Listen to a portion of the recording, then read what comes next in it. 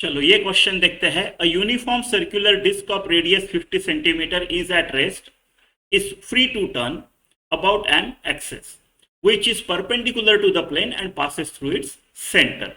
Typical standard. It is subjected to a torque which produces a constant angular acceleration of 2 rad per second square. एक torque दिया जिसकी वजह से alpha इतना मिला और अल्फा कांस्टेंट है. Its net acceleration in meter per second square at the end of 2 seconds is. ठीक है, ठीक है. तो देखो अपनी सिचुएशन कुछ ऐसी है. आपके पास ऐसा एक यूनिफॉर्म सर्कुलर डिस्क है, राइट. एक यूनिफॉर्म सर्कुलर डिस्क है ऐसी, राइट. ये अपना perpendicular to the plane of disc और सेंटर से ऐसा रोटेट हो रहा है. इसको एक टॉर्क दिया गया है. इस टॉर्क की वजह से एक कांस्टेंट एंगुलर एक्सेलरेशन 2 रैड पर सेकंड स्क्वायर का आता है. तो नेट एक्सेलरेशन क्या है? देखो, जो टेंजेंशियल एक्सेलरेशन है, नेट एक्सेलरेशन क्या रहेगा? इसको दो एक्सेलरेशन रहेंगे. अगर अल्फा 0 नहीं है मतलब इसको ऐसा भी एक एक्सेलरेशन है, राइट, जिसको बोलेंगे हम टेंजेंशियल एक्सेलरेशन. ये कितना होता है? R alpha. ठीक है. फिर एक सेंट्रीपिटल एक्सेलरेशन होता है, राइट, एसी. ये कितना होता है? आर ओमेगा स्क्वायर या वी स्क्वायर बाय आर, है ना. और जो ए नेट आएगा मेरा, उसका मैग्नीट्यूड क्या आएगा?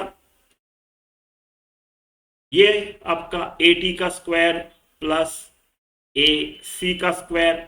Cos theta plus 2 A T A C. Cos theta लिखने की जरूरत नहीं क्योंकि इन दोनों के बीच में 90 डिग्री का एंगल है. कॉस 90 0, बाकी की टर्म गई. ये होगा आपका, ये हो गया आपका.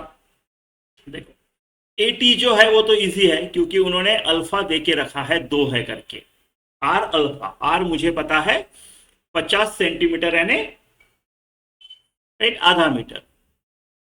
तो 0.5 इंटू 2 यानी 80 जो है मेरा 1, राइट, मीटर पर सेकंड स्क्वायर आएगा, राइट. और ए सी जो है वो आर ओमेगा स्क्वायर. चलो ओमेगा निकालते हैं. अभी देखो कांस्टेंट एंगुलर एक्सेलरेशन है, यानी मैं एंगुलर वाले जो इक्वेशंस ऑफ मोशन है वो लगा सकता हूँ. कौन सी लगाऊंगा मैं? मेरे पास टाइम है और मेरे को ओमेगा निकालना है. तो omega is equal to omega naught plus alpha T. ये पहले रेस्ट में हुआ करता था, राइट. ओमेगा नॉट 0 आएगा तो omega is equal to alpha 2 into T 2 second, right.